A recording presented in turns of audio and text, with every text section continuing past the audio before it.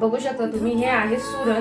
सुरण हे कंदमुळ आहे आणि सुरणला जिमिकन नावाने पण ओळखले जाते. आता या सुरणमध्ये आपल्या शरीरासाठी भरपूर फायदेशीर असे विटामिन्स आहेत.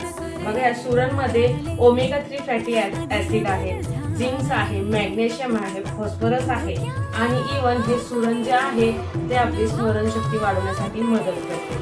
आपल्याला एकाग्रता होण्यासाठी ही सुरण मदत करते. सुरण आपल्या शरीरातली शुगर कमी करण्यासाठी अतिशय फायदेशीर आहे. सुरणनी बॅड कोलेस्ट्रॉल कमी होते. इवन मूळव्याधासाठी तर सुरण हे औषधच आहे. बद्धकोष्ठीचा ज्यांना त्रास असेल त्यांनी सुरण आठवड्यातनं 2 ते 3 वेळा नक्की खावे. त्याच्यासाठी ही सुरण अतिशय फायदेशीर आहे. तर चला वरचं सगळं साल काढून घ्यायचं आहे. अशा पद्धतीने मी आहे रेसिपी होणार आहे. काळा मसाला आहे, टाकायचा आहे आपल्याला. झाकण काढून घ्यायचं.